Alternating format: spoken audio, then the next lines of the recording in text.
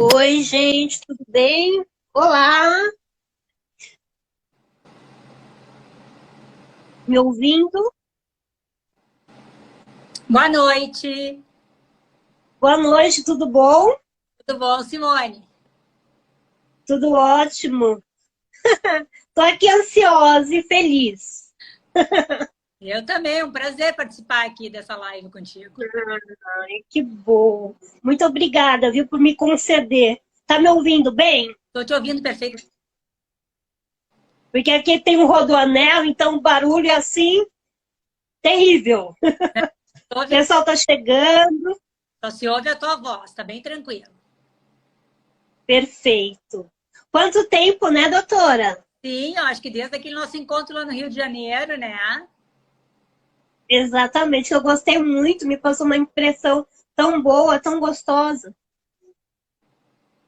É, a gente tem que fazer mais encontros desses. Pena que a pandemia não permite agora, nessa época, né?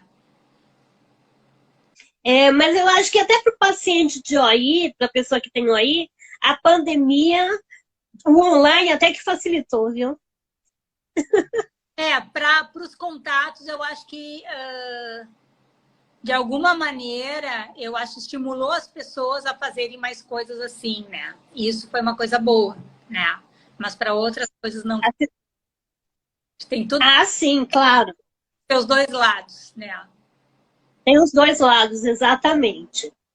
Bom, a nossa live é sobre genética, desmistificar de uma forma um pouco mais tranquila, mais fácil, né, para quem é leigo, apesar que eu sou leiga também, viu, gente? Se eu até cometer alguma gafe aqui, doutora, pode me corrigir, me retificar aqui, que eu não tenho problema em relação a isso. Estou aqui para aprender também. Algumas coisas sobre a OI eu já sei, né? Mas o nosso público aqui, tanto os seus quanto os meus, eu não sei se sabe. E assim, e os seus amigos não me conhecem ainda, né? Então é um prazer também tê-los comigo, tê-los conosco essa noite. Porque algumas pessoas até já me adicionaram aqui, dos seus amigos. Ai, que bom! E assim já fazendo a rede. Isso é muito bom. Sim, Né? tem todo um network, né? Com certeza. E é importante que as Isso pessoas é bem interessante. também, né? Eu acho que tu podia te apresentar e depois eu me apresentar, não sei. Como é que tu quer começar? Claro, eu vou me apresentar então para os seus seguidores e depois você se apresenta, tá bom? Bom, prazer ter vocês aqui conosco hoje, nessa noite quente. Eu sou Simone Urbano, sou palestrante, também sou especialista na área de inteligência emocional, programação neurolinguística, que é algo que eu gosto muito, estudo todos os dias, praticamente. E conheço, apesar de ter a osteogênese, né, não só por tê-la, mas eu pesquisei durante quase 20 anos, agora que eu parei um pouco, sobre a patologia, e isso me deu a possibilidade de conhecer muitos médicos, ser amiga de muitos médicos, e esse é o motivo de eu estar aqui e o convite que eu fiz para a doutora Temis, Maria Félix. Pode se apresentar, querida. Então tá, Simone, muito obrigada. É assim, eu sou Temis Maria Félix, eu sou médica geneticista, né? Uh, eu sou atualmente sou presidente da Sociedade Brasileira de Genética Médica e Genômica, mas eu atuo aqui em Porto Alegre, no Hospital de Clínicas de Porto Alegre, né, onde a gente tem um centro de referência para tratamento de osteogênese imperfeita, né? E é um dos temas que nós vamos tratar hoje aqui. Né? Exatamente. Eu fiz uma cola, porque tudo é uma colinha, né? Porque senão eu falo demais, a live acaba e não dá, e não dá tempo de te perguntar tudo dentro do que foi proposto, do que vai ser proposto nessa noite. Bom, a genética é algo ainda muito complicado de ser dito, não de ser tratado, mas de ser dito, de ser conhecido. Explica para nós, doutora Temes, o que é genética e qual a importância dela. Bom, do que trata a genética, né?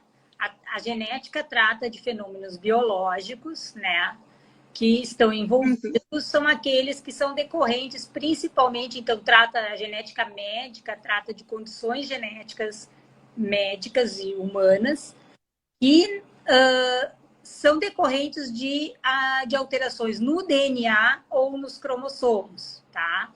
Então, são problemas basicamente inatos, né? São problemas que ocorrem já no desenvolvimento do bebê, ou até tem algumas situações genéticas que são manifestações que ocorrem na vida adulta, mas que estão ali no material genético, e por isso tem padrão de herança, tem várias diferentes condições genéticas que a gente pode, vamos dizer, explicar, tá?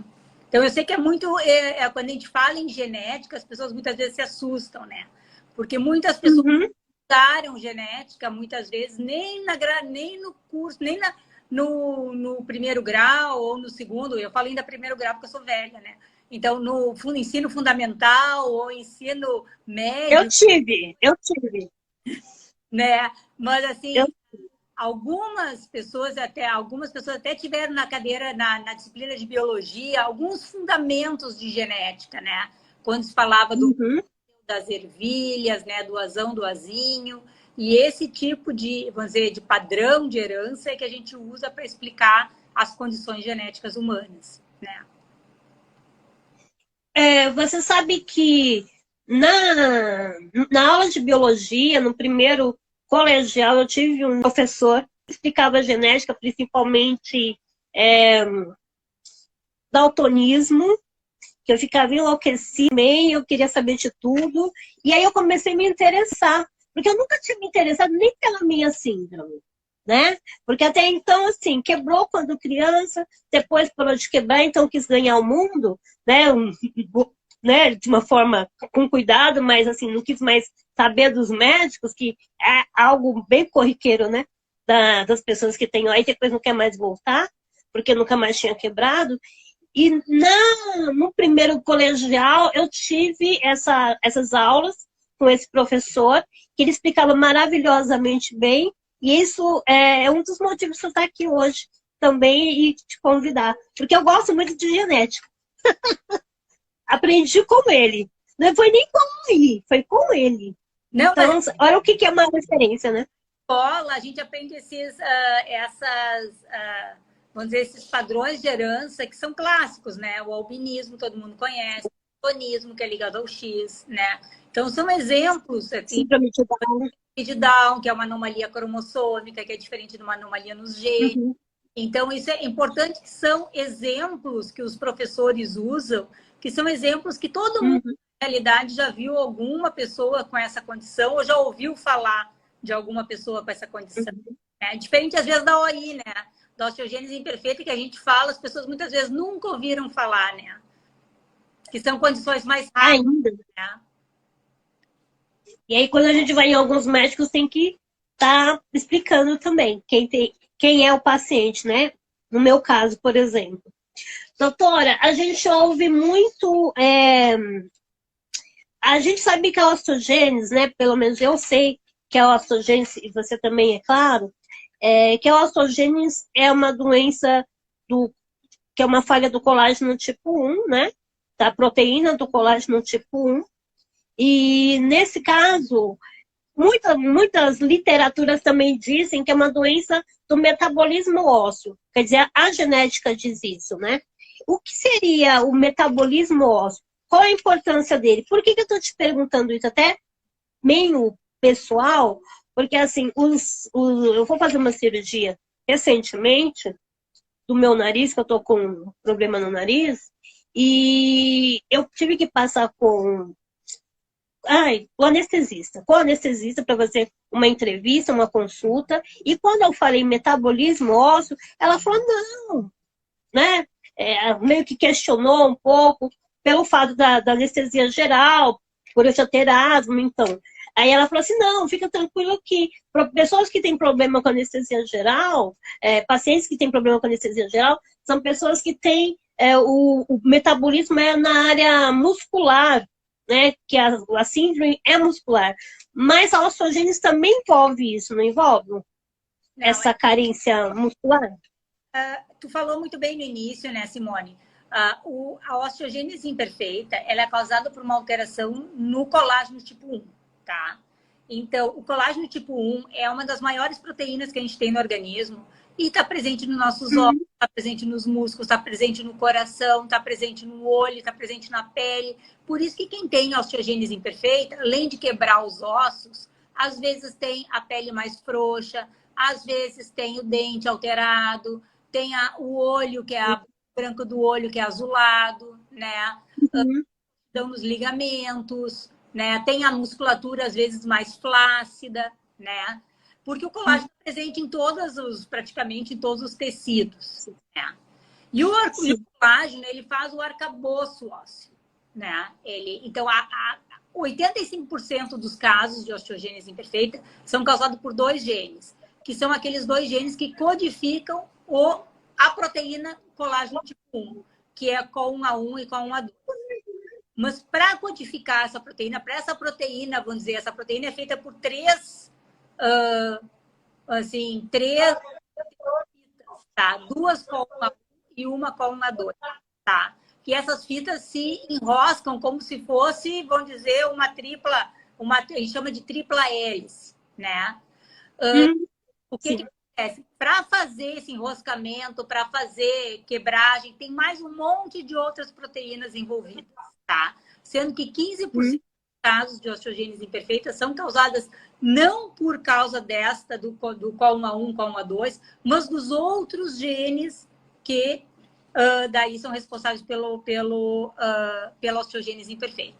A osteogênese imperfeita, apesar de ser uma doença óssea, ela não é puramente uma doença do metabolismo ósseo, tá? A gente pensaria que metabolismo ósseo seria aquelas doenças que sejam responsáveis, vamos dizer, por defeito de cálcio, defeito de vitamina D, defeito de fósforo. E a osteogênese imperfeita não é. Ela é uma condição causada pela proteína do colágeno. Claro que o metabolismo ósseo influi na osteogênese imperfeita.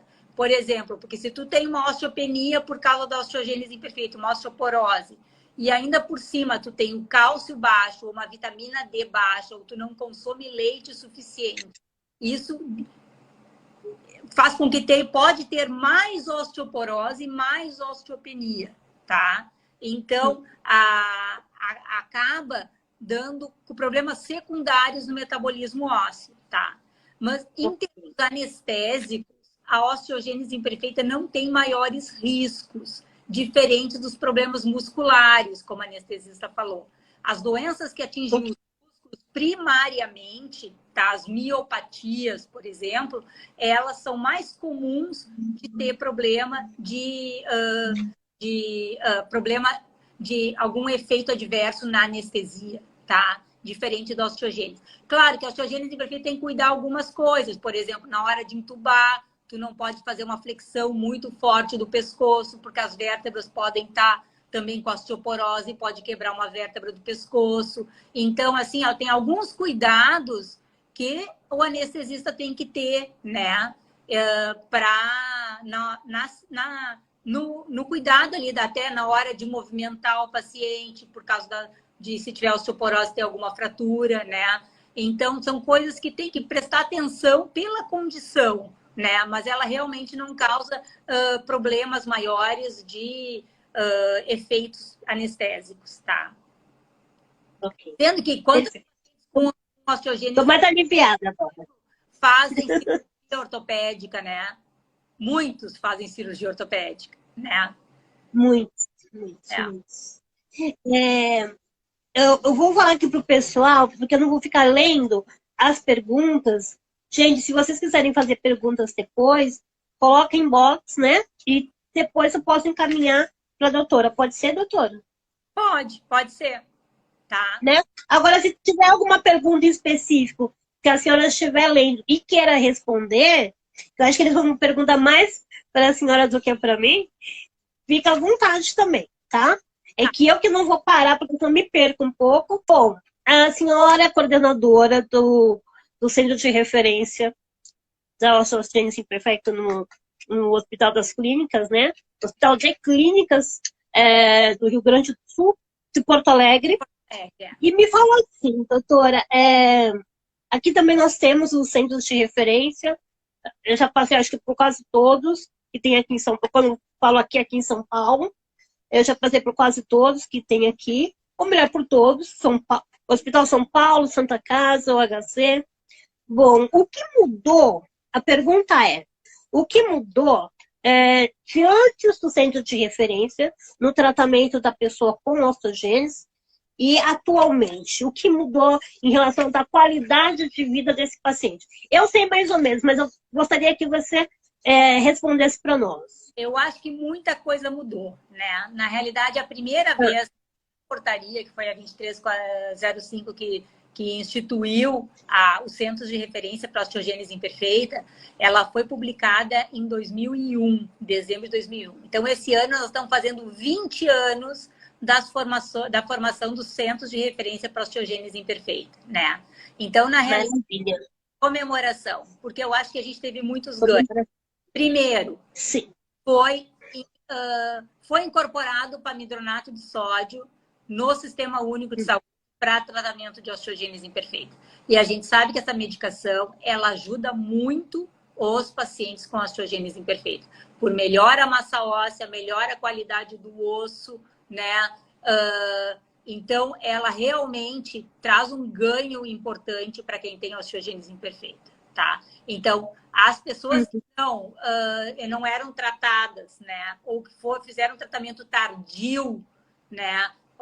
Por exemplo, quando a gente começou a tratar pacientes com 6 anos, pacientes às vezes com 10 anos, pacientes com 5 anos. Hoje a gente trata bebês recém-nascidos, né?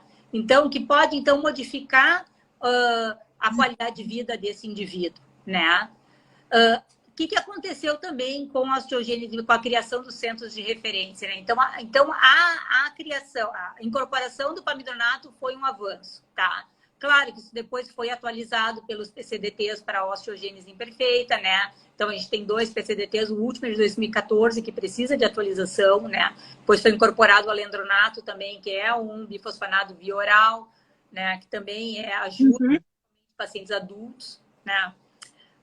Mas tem outras coisas que a gente tem que melhorar ainda, né? Porque acho que a nossa ainda está muito desatualizada, a gente tem que atualizar os PCDTs, tá? A outra coisa com as criações dos centros de referência é que os pacientes começaram a ser tratados no mesmo local, tá? O que traz isso, a vantagem de ser tratado no mesmo local? A equipe que trata, ela ganha uma experiência incrível em relação à osteogênese imperfeita. Eu vou te dizer, antes de a gente ser CROI, a gente atendia um ou outro paciente, a gente não tinha muita coisa para oferecer. No momento que a gente se CROI, a gente começou a receber todos os pacientes do estado, tá? Alguns até de outros estados, como Santa Catarina, vêm para cá, tá? Porque Santa Catarina não tem um centro de referência que trata adultos, só tem centro de referência que trata criança. Então, os adultos, às vezes, vêm para cá, para Porto Alegre, para ser tratados, porque a gente trata adulto e criança. Então, a criação do CROI nos permitiu adquirir experiência com o tratamento da osteogênese imperfeita e com a osteogênese imperfeita. Então, nós temos mais de 200 pacientes hoje cadastrados com osteogênese imperfeita. Isso nos permitiu também fazer não só a parte assistencial, a parte médica, mas também a parte de pesquisa, que é o quê? Poder trabalhar melhor, entender melhor o que é a osteogênese imperfeita e como ela se comporta, tá? Então, nós criamos um grupo de pesquisa em osteogênese imperfeita, que hoje em dia não é coordenada por mim, mas não a gente tem um grupo de pesquisa em Porto Alegre, no CROI do Hospital de Clínicas de Porto Alegre, mas também nós estamos coordenando uma rede nacional de osteogênese imperfeita que pega outros CROIs no Brasil. Então, a gente consegue fazer estudo molecular, a gente consegue fazer estudos sobre a parte óssea, a gente faz estudos sobre a parte extra-óssea, que é o olho, ouvido, né?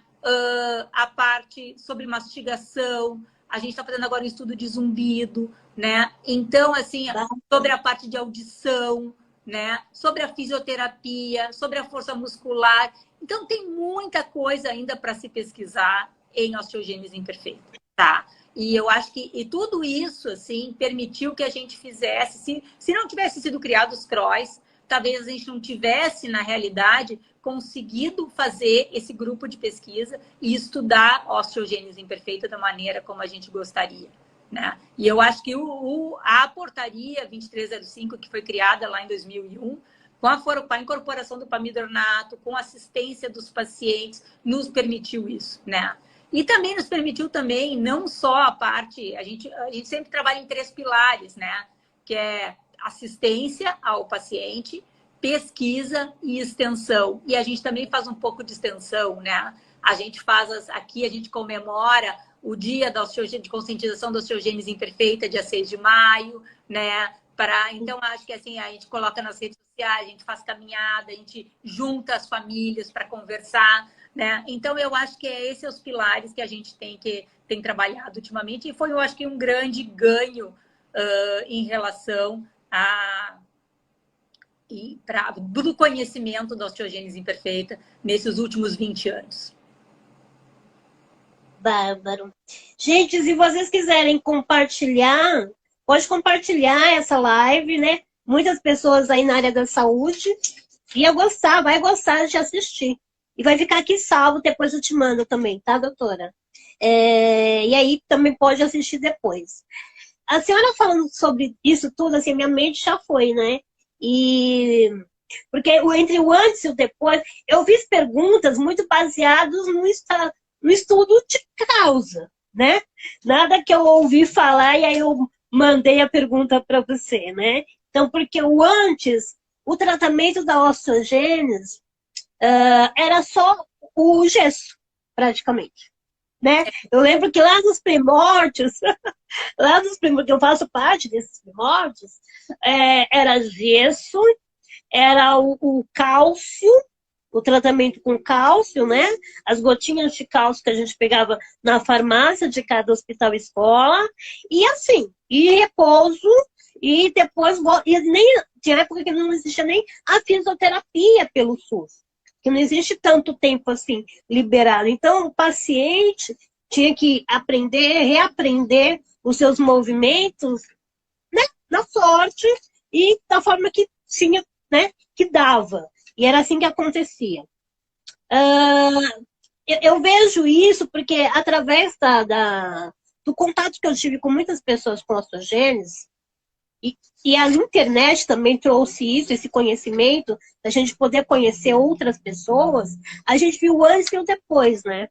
Então, assim, às vezes até pacientes que hoje, mulheres que já são mães, e como elas eram, né, o tratamento que elas tiveram, e a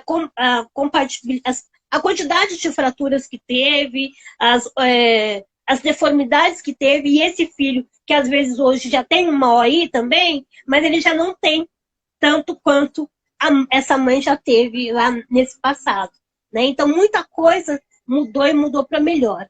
E eu também acho, a senhora até pode me falar melhor sobre isso também, até a parte emocional, né? Assim, porque era muito difícil. A fratura, ela gerava muito trauma, muito medo, né? Existia, não sei se existe aí, por parte de algumas pessoas, claro, cada um é cada um, mas assim, quando a pessoa fraturava, principalmente a criança, às vezes ela até escondia essa fratura. Porque assim, tudo de novo, né? Vai começar tudo outra vez. E às vezes esse tudo outra vez, se era uma criança que tinha uma vida ativa, de caminhar, por exemplo, o meu caso, que sempre caminhei, ele ter que parar tudo, principalmente os anos escolares, era muito difícil. Então, às vezes a gente até se escondia, fingia que não tinha fratura, demorava até para falar para a mãe, e quando não dava mais mesmo, acabava dizendo. Então, esse emocional também, através dos centros de referência, dessas reuniões, das associações, dos grupos e dos médicos que hoje tem, que são diferentes do passado, né, que eu posso dizer isso, que são mais humanos, não olham só o osso, né? Não se trata só o osso, e sim o paciente, a alma e o espírito ali como um todo, olhando no olho desse paciente, muda muita coisa, né? Mudou muita coisa, para melhor. Não só o tratamento mudou, né? Porque daí, assim, ó, essa é a vantagem de ter centro de referência. Porque lá a gente atende todas as pessoas com aí, vamos dizer, no mesmo dia. Então, elas se encontram, elas trocam experiência, elas trocam número de telefone, elas criam um grupo de WhatsApp, né? Então, isso tudo contribuiu muito para a troca de experiência, né? Porque isso tudo que tu passou, né, é o que a gente observa ainda hoje, tá? Apesar, assim, tu diz, no meu tempo... Naquela época, realmente, a gente quebrava, botava gesso e esperava a fratura consolidar, né? Hoje, a gente sabe da importância, por exemplo, da fisioterapia, a importância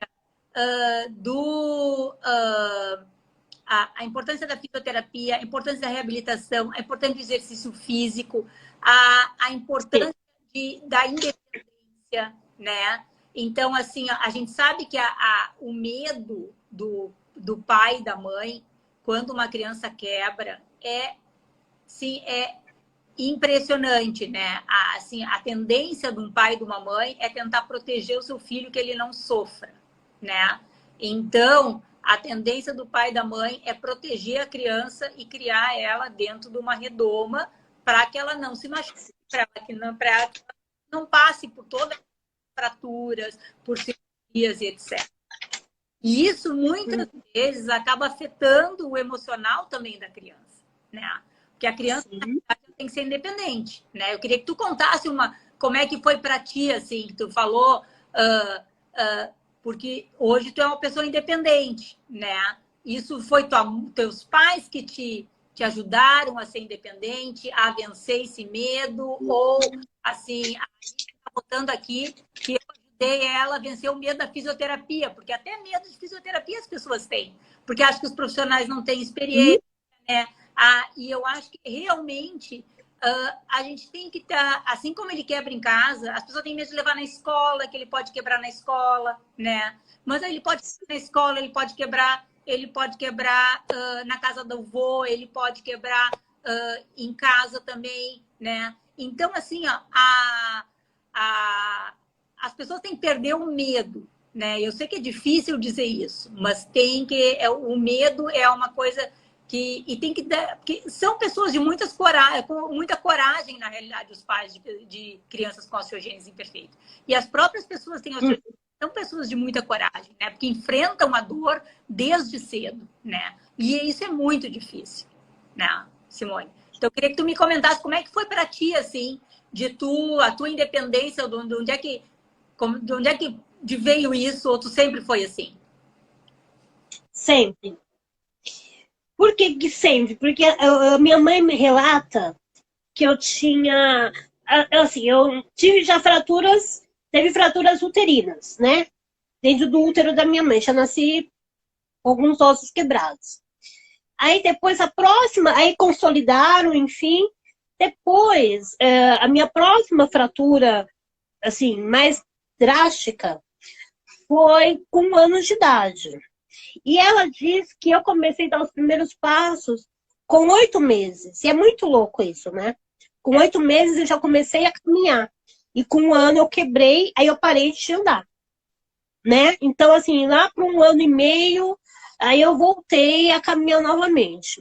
E ela me fala algo que é tão engraçado, mas depois parando para pensar, de acordo com a minha personalidade, tem um pouco a ver, que nós morávamos em Minas Gerais, e ela foi na vizinha, é bem engraçado isso, mas olha, só para vocês entenderem por que eu sou assim. Tinha uma vizinha, ela foi na casa da vizinha, então ela entrou dentro do quintal da vizinha, e aí ela começou a conversar no quintal da mulher, né? E ela viu, aí a vizinha avisou para ela, olha sua filha. Eu estava engessada, e foi nesse período de 1 ano ter essa fratura, E eu estava interessada indo para casa de uma outra vizinha ao lado. E olha que perigo também, porque era aquelas casas que tem a calçada e já é a rua. Então eu estava abrindo o portão, consegui abrir o portão da minha casa, que estava meio encostado já, né, gatinhando assim, com aquele gesto pélvico, né, porque tinha fraturado o fêmur, e estava indo para casa da vizinha. Aí a vizinha, olha ela, olha só bebê, sabe aquela coisa? Sim. E aí foi lá e me apanhou, para ver o quanto eu era serelepe desde daí, né? Então, assim, eu sou Sula de duas irmãs, né?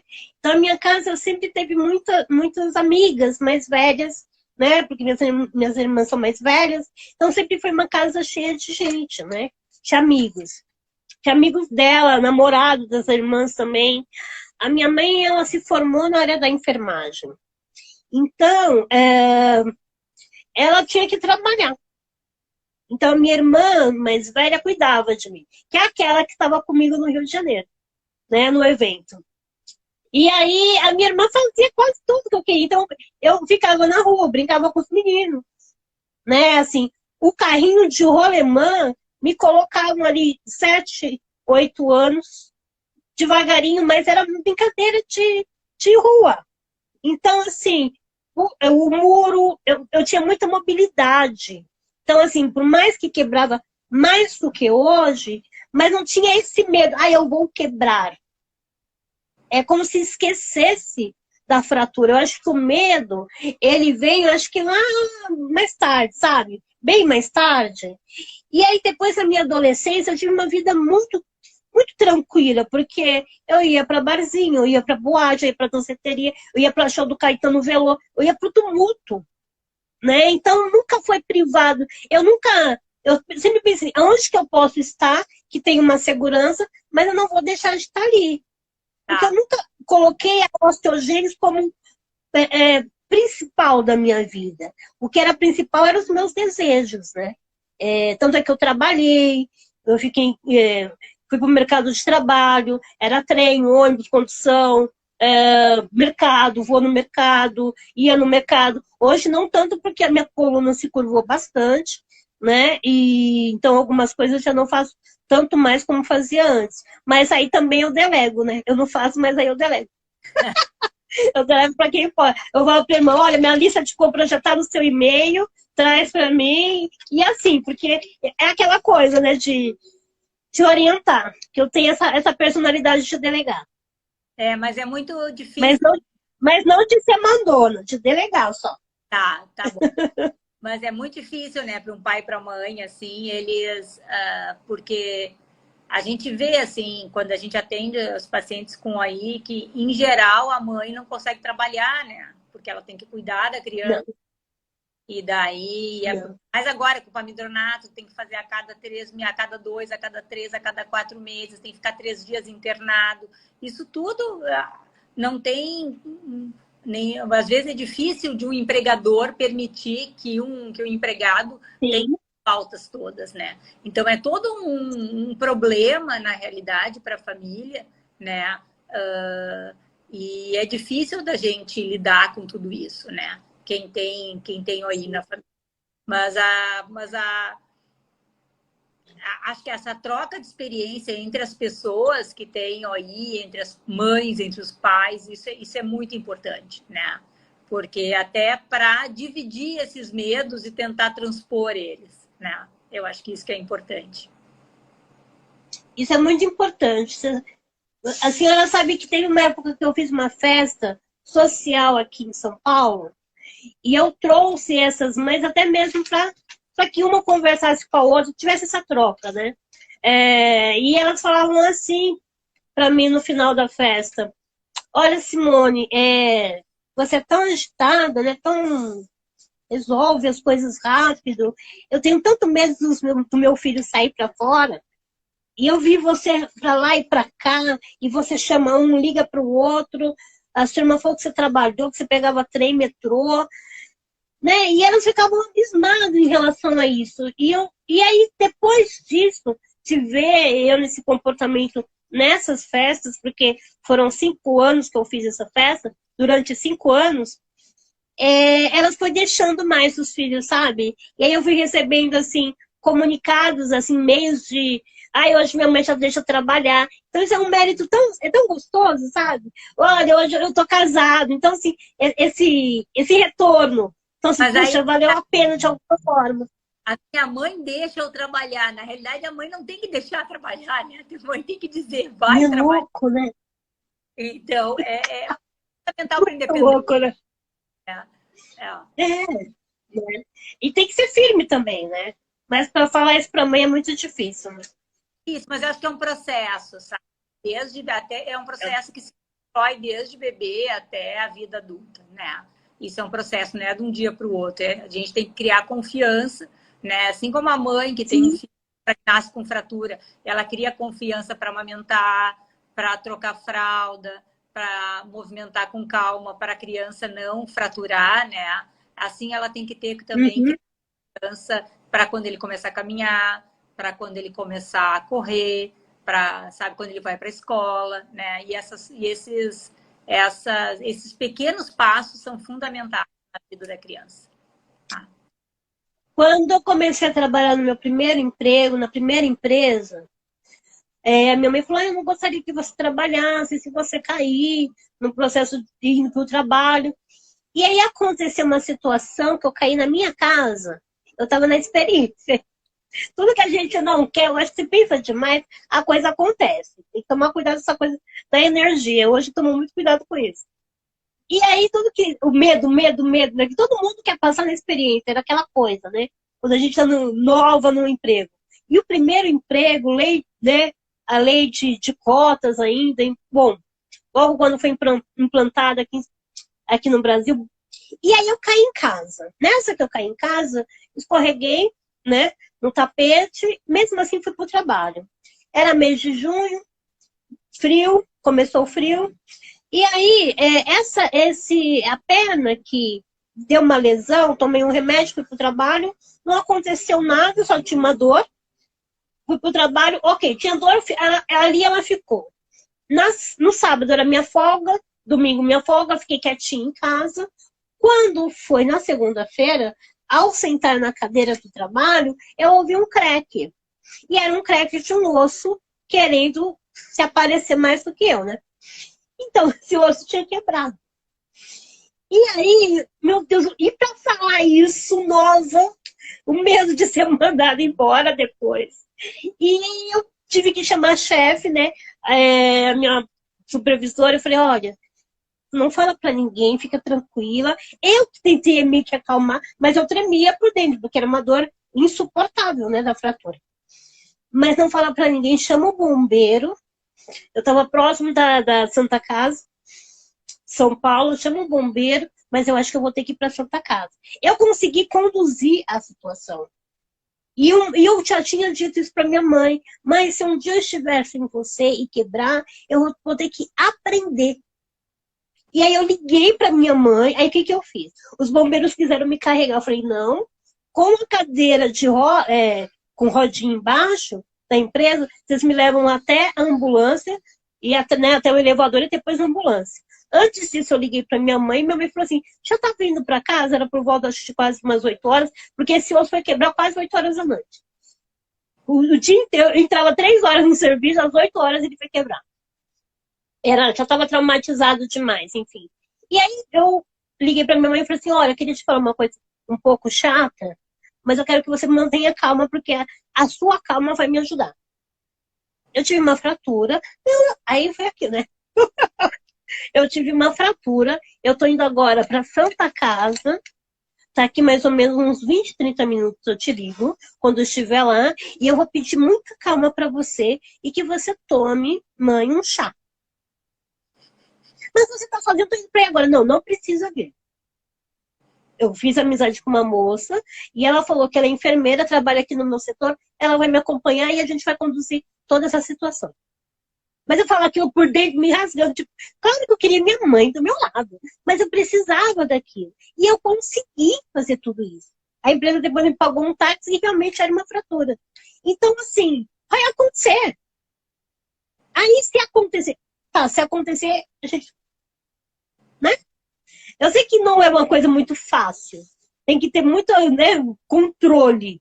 Nem todo mundo tem. Eu não quero que todo mundo tenha também. Mas assim, mas faz parte da vida. Que não é só flores. Mas se a gente puder evitar, também é bom, né? Claro, né? Poder evitar. Né, sem tapetes em casa seria muito melhor, né? Exatamente. Os vilões, né? Os acidentes domésticos de casa. Boas fraturas acontecem bem em casa mesmo. Mais em casa do que na rua. Bom,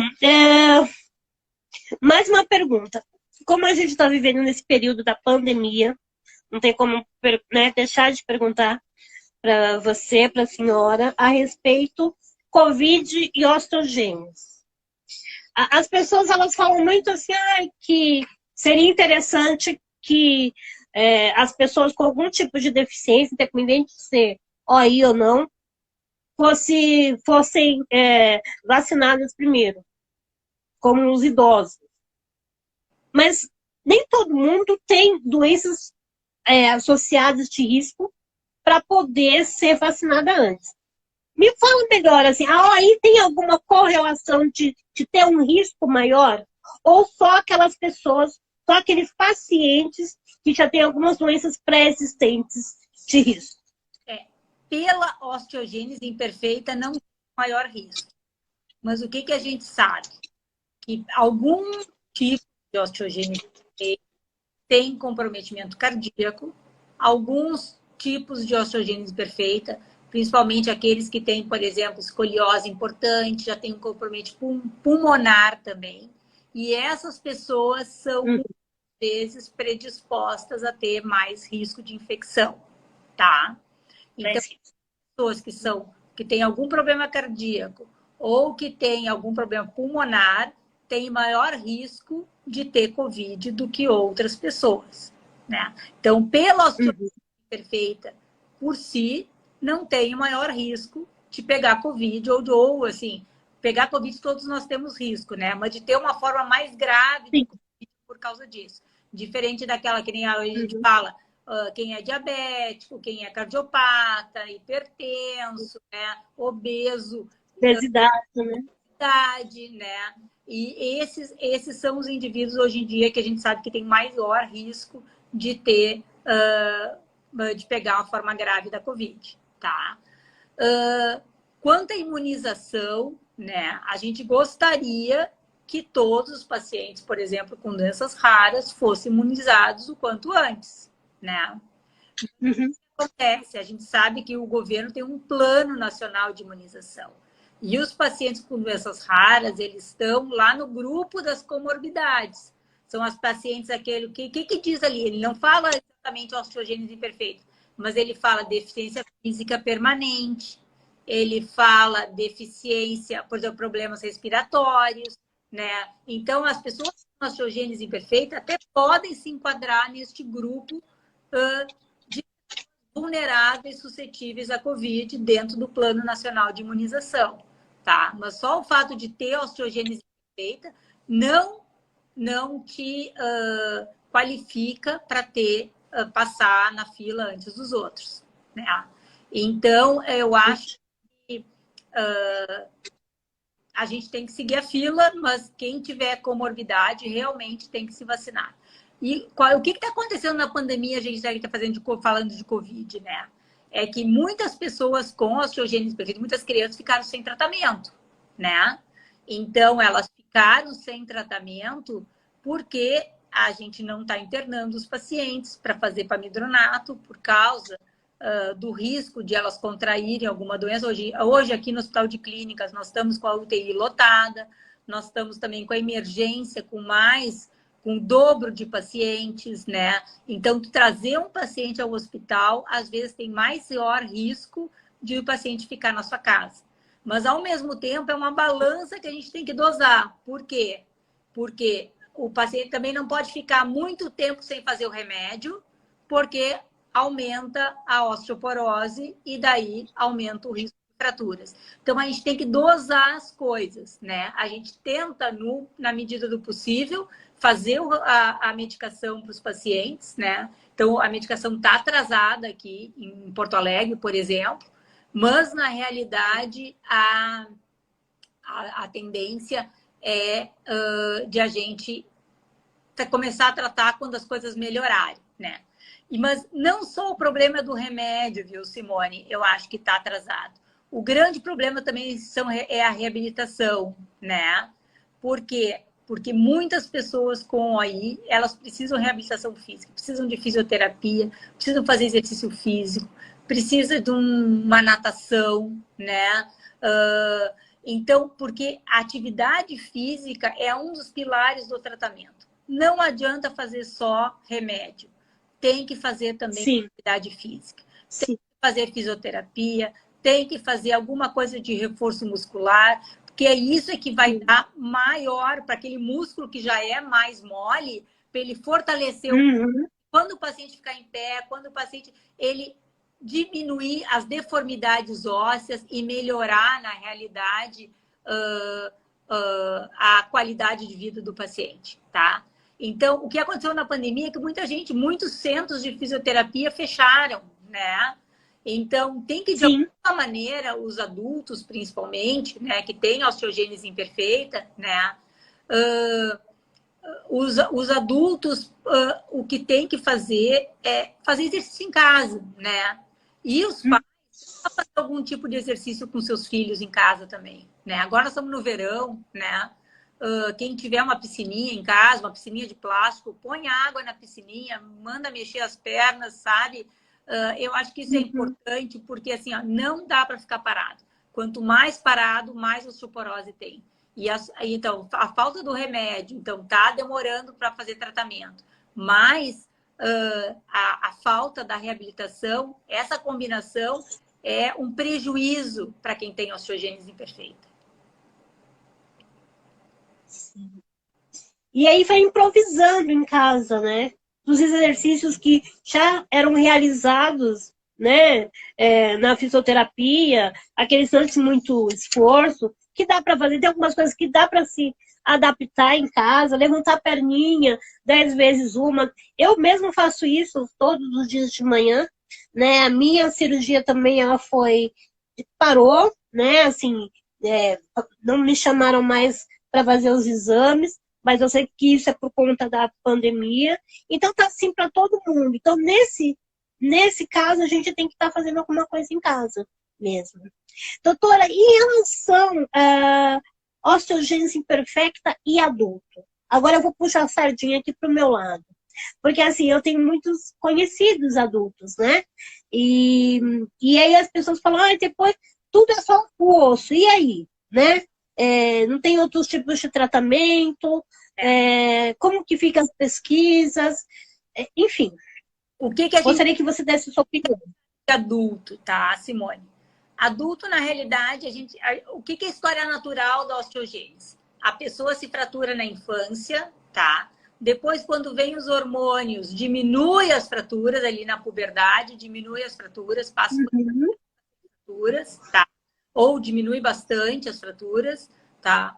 E depois, quando a mulher chega na menopausa, principalmente, que a mulher, geralmente, com a baixa dos hormônios, vem a osteoporose, então aumenta o risco de fraturas. Para quem tem osteogênese imperfeita, isso é mais reforçado, tá? Mas o que tem aí? Aqui que a gente observa na prática, na clínica, né? Dor. Dor crônica é uma coisa que a gente vê os pacientes com AI adulta. As crianças muitas vezes não se queixam de dor, mas os adultos de dor, né? E é uma dor crônica. Então, assim, essa dor muitas vezes melhora com medicação e principalmente com exercício físico. Exercício físico tem que manter a musculatura, porque isso faz com que alivie muito a dor, tá? Então, a dor, às vezes, com os bifosfonados, ela melhora, né? Às vezes, ela precisa de controle com medicamento, com analgésico, né? Então, a dor é uma coisa importante para adulto. Outra coisa em adulto que a gente observa, perda auditiva, tá? Então, a gente sabe que os ossinhos aqueles, eles vão perdendo, na realidade, os ossinhos que a gente tem dentro do ouvido, eles podem quebrar e, de alguma maneira, eles... então, começa com uma perda auditiva que a gente chama de condução, ela evolui para uma perda auditiva mista e, no final, uma perda auditiva, na realidade, neurosensorial, que a gente chama. A gente tem estudos aqui em Porto Alegre, né, mostrando exatamente essa evolução. Então, o ideal é que toda pessoa que tem OI, ela faça audiometria periodicamente, para controle, porque às vezes tu nem percebe que está perdendo a audição, tu já perdeu a audição e tem que tratar isso precocemente, tá? Então, as coisas mais importantes para quem tem, para adulto, eu acho que é audição, tá? Dor, e outra coisa é o coração, tá? Porque algumas pessoas, a gente, nas válvulas cardíacas, nós temos muito colágeno. E quem tem osteogênese imperfeita também pode ter problema nas válvulas cardíacas, tá? Então, é importante que façam um ecocardiograma de tempos em tempos também para ver como é que estão as válvulas cardíacas. Nós temos aqui alguns pacientes que tiveram que fazer troca de válvula cardíaca por causa... Não é comum, tá? Não é que todo mundo vai ter. Não é para se assustar, tá? Mas a gente tem pacientes... Eu fiz o mês passado. Tá tudo ok. Tá ótimo. Tá, tu já passou. Mas, na realidade, assim, é importante que faça acompanhamento lógico também, de tempos em tempos. Não precisa fazer todo ano, tá? Mas pode fazer a cada 2 anos, a cada 3 anos, dar uma revisada para ver se está tudo bem. Tá? E os maiores problemas, assim, nos adultos com osteogênese imperfeita. Tá? A obesidade também? Obesidade... Não podemos generalizar. Não só em adultos, mas também em crianças, tá? Porque se a pessoa tem fratura, se ela tem dificuldade dificuldade de mobilidade, então ou ela precisa de cadeira de rodas, ou ela anda só com andador, ou ela tem maior dificuldade de locomoção, não faz exercício físico, né? Ela entra num ciclo e acaba tendo obesidade. Nós fizemos um estudo aqui em crianças e mostrou exatamente isso, que quem não deambula, né, acaba tendo mais predisposição à obesidade do que realmente quem caminha, né? Justamente porque quem fica mais parado acaba consumindo, às vezes, muito mais calorias e acaba gastando menos. É tudo a balança que a gente fala do equilíbrio. Então, tem que cuidar também. A obesidade acaba dando deformidades nos ossos, piorando as deformidades ósseas, acaba dando menos, na realidade, menos mobilidade, então acaba fazendo menos exercício físico. Então, é tudo um ciclo, né? O tratamento da OI assim, ó, os bisfosfonados, que a gente sabe que é importante, exercício físico, que é muito importante, uma nutrição adequada, com aporte adequado de cálcio, tá? E esse tem que ser o tripé do tratamento da osteogênese imperfeita, né? Além das cirurgias corretivas, caso seja necessário, né? Muitas pessoas, assim, mais antes do que hoje, né? Me perguntavam sobre o casamento, se casar com uma outra pessoa, um companheiro ou uma companheira com a mesma patologia, vai ter risco de ter filhos com a osteogênese imperfeita. Bom, eu sei algumas respostas, mas eu gostaria que você dissesse isso para o pessoal. Tá, é muito, assim, a maioria dos casos de osteogênese imperfeita, ela é autossômica dominante. Então, 85% a 90% dos casos é autossômica dominante, porque é causada por aqueles genes que a gente falou no início da live, que é o COL1A1 e COL1A2, tá? 15% é causada pelos genes recessivos. Então, e o pai e a mãe são portadores e a criança tem os 2 azinhos. Lembra do azinho lá da biologia, tá? Então, primeira coisa que a gente tem que fazer quando tem uma pessoa que tem uma alteração, uma condição genética. Ela tem a condição genética, vamos dizer, e o companheiro não tem. Ou, se o companheiro tem a mesma condição genética, tem que saber qual é a base genética para aquela condição. para a gente poder calcular os riscos e saber o risco de recorrência, tá?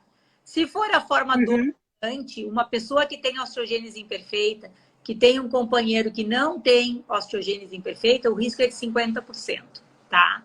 Se for a forma recessiva, não tem risco de ter filhos com osteogênese imperfeita, tá? Então, assim, agora, se os dois tiverem a forma dominante, tá? Tem um risco maior de ter filho com osteogênese, é maior que 50%, é 75% o risco de ter filho com osteogênese imperfeita, tá? Essa consulta, ela parte para exame ou só nessa avaliação, nessa anamnese? Depende, né? Às vezes, só pelos dados de exame físico, a gente pode dizer qual é o tipo de osteogênese imperfeita e qual é o gene. Principalmente nas formas mais leves, tá? Nas formas graves, às vezes se confunde as formas recessivas com as formas dominantes, né? Então, depende do tipo. Às vezes, clinicamente, a gente consegue dizer isso. Às vezes, precisa fazer exame para avaliar quais são os genes que causam osteogênese imperfeita. Então, é importante consultar um especialista, né, Simone? Consultar um especialista médico. Sempre. Coisa. Exato, sempre mesmo. Deixa eu ver se tem mais uma pergunta aqui. Tinha uma que eu vou fazer de cunho pessoal. Tá.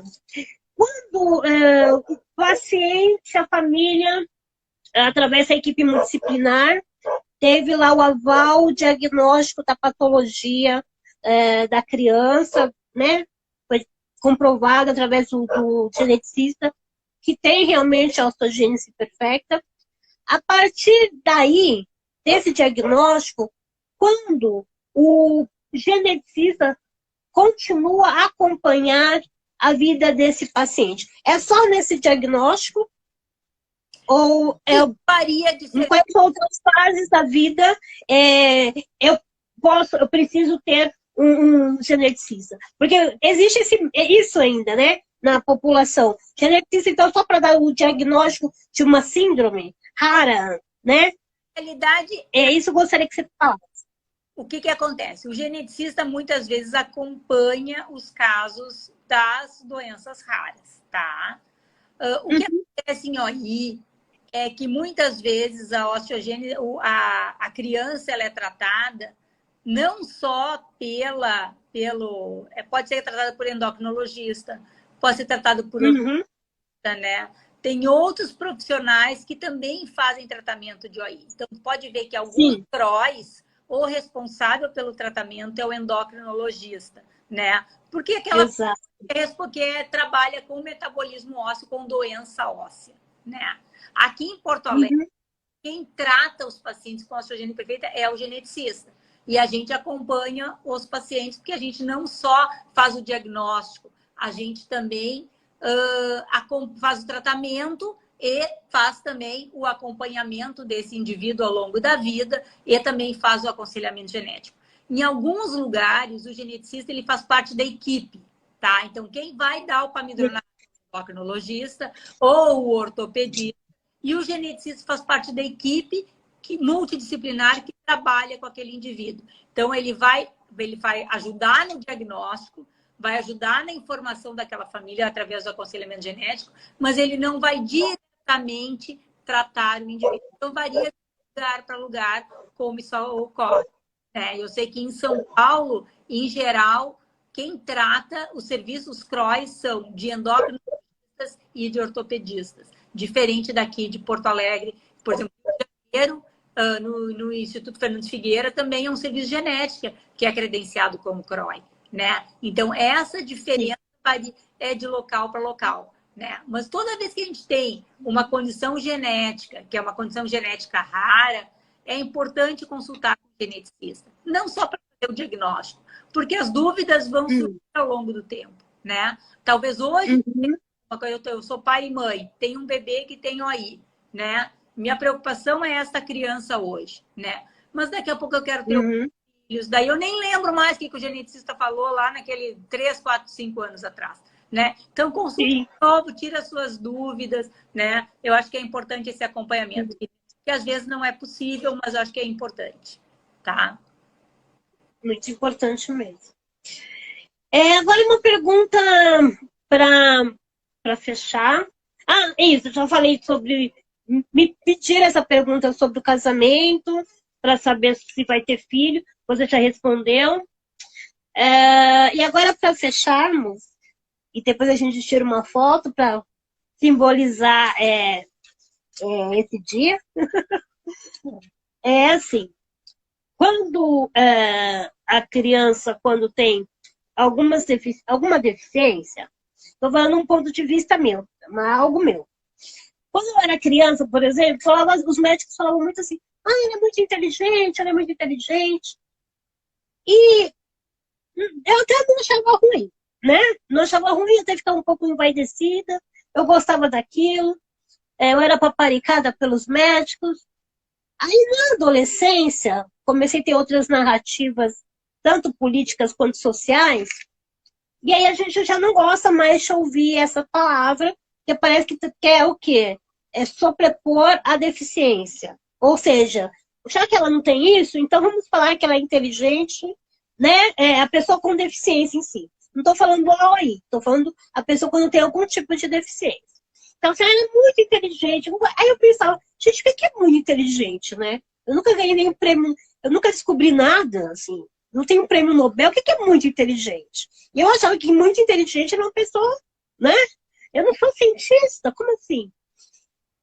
E aí eu percebi também com o tempo, aí foi passando uma fase de conhecer muitas pessoas com osteogenes, algumas eu até hospedei em minha casa, outras eu namorei, e aí eu conhecendo todo esse comportamento, a minha irmã tem, né? Uma das minhas irmãs tem osteogênese imperfecta tipo 1, que é uma facilidade entre essas pessoas, e aí você me disse, tem alguma coisa a ver também, se você já percebeu isso, de virar, assim, sabe, a chave do... É como se fosse da resiliência. Eu não diria que são super inteligentes. Porque às vezes as mulheres, ele é muito inteligente. Né? Às vezes faz até essa coisa. Tem 3, 2 filhos, ele é muito inteligente. A gente tem uma impressão que os outros não são. Né? Que acha até meio complicado isso. O que é ser super inteligente? É porque tem uma deficiência e a capacidade intelectual dessa pessoa não foi comprometida. Então é natural que ela, né, seja uma pessoa que tenha todas as habilidades intelectuais e pense de forma normal. E aí eu vi que essas pessoas têm muita resiliência, que eu diria que é uma inteligência, mas é emocional. Claro que tem outras, temos pessoas inteligentíssimas, mas não é um fato só de ser TOI, né? Mas na OI eu vejo que a inteligência emocional te dá sabe? Assim, tô com uma dor hoje, mas daqui a pouco, questão de segundos, já tá desbravando. Você vê isso também? Porque eu vi isso com muitas crianças. A gente vê isso, mas eu acho que é exatamente isso que tu comentou, né? São crianças que desde cedo convivem com a dor, né? Então, de alguma maneira, elas têm que superar esta dificuldade que elas têm, né? Porque as fraturas múltiplas é muito difícil, né? Ir ao hospital fazer exame, ir ao hospital tem que pegar veia, né? Então, assim, ó, é uma série de coisas que a criança desde cedo convive que é muito difícil, né? Então, ela acaba tendo uma resiliência muito importante. E eu acho que elas amadurecem, às vezes, mais cedo do que as outras crianças, né? Justamente porque elas não conseguem, talvez, ter a mesma infância que as outras crianças têm. Sim. Uma infância, talvez, restrita, né? Então, a gente observa isso. E, às vezes, também o que acontece é que, como tem, às vezes, baixa estatura importante, né? A gente olha e acha que tem uma idade, mas na realidade tem outra idade, né? Maior. Mas eu acho que o que acontece é exatamente isso que tu comentou, viu, Simone? Realmente,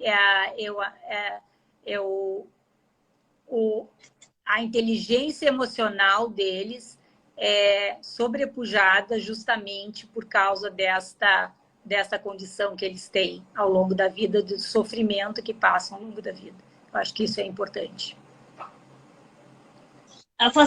Não é uma facilidade, teve que aprender, né? A conviver e... Exatamente. Exatamente. Tem alguma pergunta que você queira me fazer ou... Não, acho que abordamos várias... Ou quer deixar alguma coisa? Algum comentário? Tem alguns comentários. Para a população? Ponte os comentários, tá? Mas acho que o Instagram é 1 hora, né? A live, né? Eu não sei nem quantos minutos a gente tem aqui ainda. Deixa eu ver aqui. Porque já tá 8. Ai, não tá pra... 8, isso. Isso? É 8:06 já aqui no meu celular. Será que ele vai deixar mais, é isso? Em geral, ele... Porque o certo era 8 horas. Era pra banir, você sabe, né? Acho que a gente é importante pra ele, hein? Eu acho que porque... ele não nos cortou. Porque começa. Ele não nos cortou. Porque 8 horas era pra... Nem tinha visto o horário, tô vendo aqui. Já era pra ter nos cortado. Olha, celebridades. Isso é importante, olha. É porque o pessoal, quanto mais mandar os coraçõezinhos, que a coisa tá fluindo. Você sabia disso? Ai, não sabia disso. Depois eu te ensino umas coisinhas sobre o Instagram. Quanto mais coraçõezinhos, aí ele começa a ver, então não vou derrubar. Tá bom. Ele tá assim agora. E como fazia muito tempo que eu não fazia live aqui, mas assim, antes era 1 hora, ele já me mandava embora. Ele já cortava. E era assim com todo mundo. Eu acho que eu tô ficando bem pra ele, hein? Tô gerando alguma coisa. Muito bem. E também um papo tão gostoso como esse, né? Tão informativo, de grande valia para todos nós. Praticamente é uma consulta, né? Uma consulta que muitas pessoas não tiveram a oportunidade de ter com o geneticista. Né, doutora? Eu acho que é uma oportunidade de a gente trocar experiência, né? Porque eu sou uma pessoa que olha de fora, né? Porque eu sou a médica que atende esses casos. Agora, tu vive com o problema, né? Então, é outra visão, né? Eu acho que é isso de trocar experiência. Mas eu sabe que eu não vejo mais isso como um problema? Hã? Eu não vejo mais como um problema isso, você acredita? Há pouco tempo, eu lembro, até comentei com você que eu tive a neurite intercostal e dói pra burro, viu? Dói porque é o pensamento ali das vértebras, e ainda mais que eu tenho a escoliose, né? Então, é uma dor que pinça para pinchar o cabelo. Eu não posso espirrar. O respirar dói.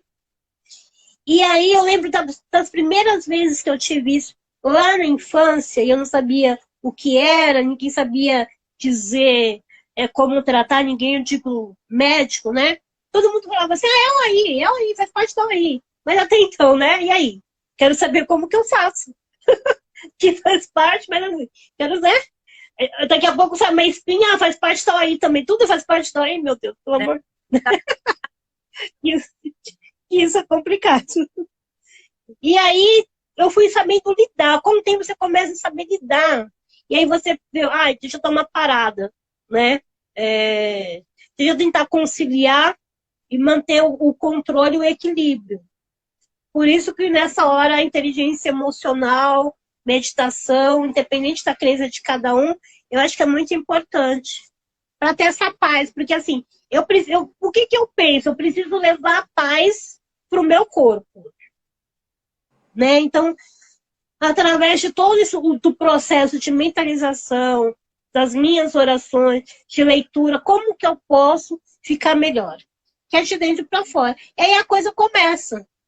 Não ficar pensando toda hora naquilo. Se eu tentar deitar, colocar uma almofada, tomei uma medicação que é correta, vai passar. Eu nunca achei que nenhuma dor era para sempre.